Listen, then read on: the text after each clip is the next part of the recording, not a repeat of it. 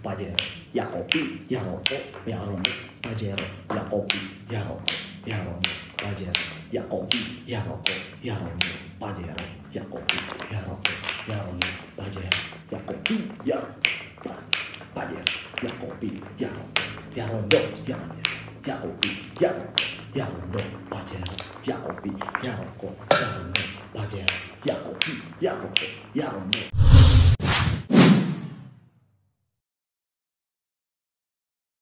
Berzikir dengan menggunakan tasbih. Yang benar, tasbih adalah alat, bukan ritual. Meskipun sebagian ulama berpendapat tasbih adalah bid'ah, contohnya Al-Albani rahimahullahu taala, tetapi ulama yang lain membolehkan, Syekh Fauzan dan yang lainnya membolehkan. Dan ini pendapat yang lebih kuat bahwasanya boleh karena tasbih tersebut hanyalah sebagai alat, bukan ritual, ya. Seorang boleh menggunakan tangannya untuk bertasbih, seorang boleh menggunakan alat yang 1 2 3 4 5 6, seorang boleh pakai apa? Tasbih, ya. Ini hanya sekedar alat. Tetapi yang lebih afdal bertasbih dengan apa? Dengan jari. Kata Nabi SAW, fa innahunna mustantaqatun yaumal qiyamah. Sungguhnya jari-jari ini akan dibuat berbicara oleh Allah pada hari kiamat, menjadi saksi bahwasanya kita bertasbih. Dan kalau orang bawaannya selalu pakai tasbih, kalau enggak bawa tasbih dia enggak berzikir, ya. Tapi kalau orang bawaannya bawa jari, dia tinggal gini-gini aja. Terus, kalaupun berzikir dengan tasbih, maka ingat itu sebagai alat, bukan sebagai ritual. Kalau dianggap sebagai ritual, maka terjerumus dalam bid'ah. Contoh, merasa kalau dengan tasbih lebih afdal.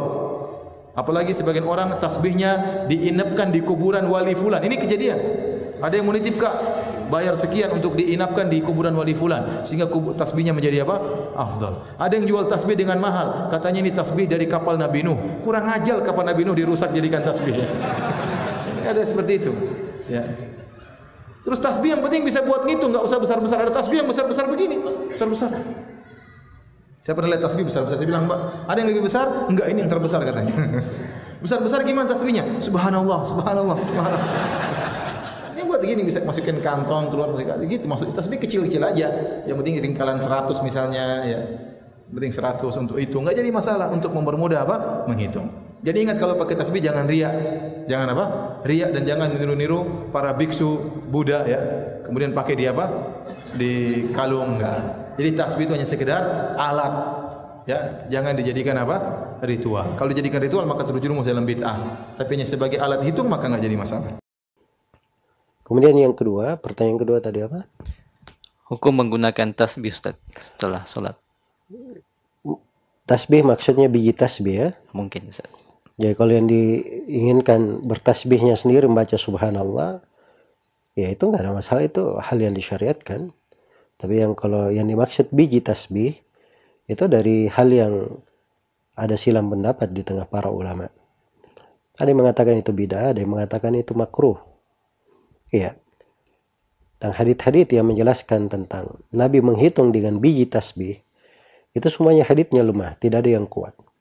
Yang syah dari Nabi SAW, beliau menghitung tasbih dengan jarinya, sebagaimana di dalam Sunan di dalam Ashabus Sunan, dan dikuatkan oleh Ibnu Hibban.